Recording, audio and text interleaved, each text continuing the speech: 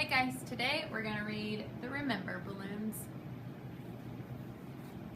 I have lots and lots of balloons, way more than my little brother. This one's my favorite, I tell him, pointing to the balloon filled with my last birthday party. When I look at it, I can see the pony again. I can still taste the chocolate frosting. Mom and Dad have more balloons than I do.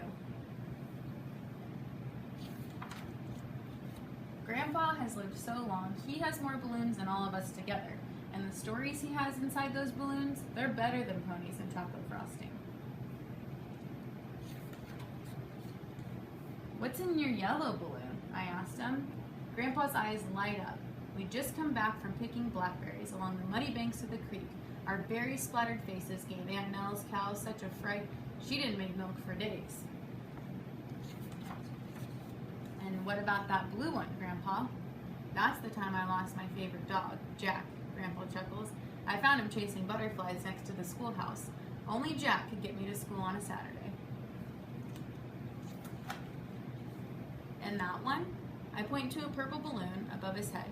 Grandpa looks up and smiles, his face alive with remembering. That's the day I married your grandma, in the little church on Cedar Lane. We danced that night under the stars, and oh, how I loved her. I don't have to ask about the silver balloon, because I have that one too. That was the day we stood on the dock till the sun went down, feeling tug after tug on our lines. Grandpa and I must have caught 1,000 fish. Grandpa ruffles my hair like he always does. That's one of my favorite balloons. Mine too, I say. But Grandpa's been having problems with his balloons lately. One will get caught up in a tree, and he'll tell me the same story over and over. Let me tell you about the Christmas I went to Aunt Nell's farm, Grandpa says, even though he just finished telling me about it. Other times, a balloon will float right out of his hand, and he won't even know it. It's okay, Grandpa, I yell as I run after it. Every time, I almost reach it, but it always slips away. Something's wrong with Grandpa, I tell my parents. He can't hold on to his balloons anymore. Mom looks at me with sad eyes. That happens sometimes when people grow older. Grandpa's balloons start floating away faster and faster, running down streets and up hills. I watch the balloons grow smaller. He finally loses the silver one. I watch it float away until I can't see it anymore.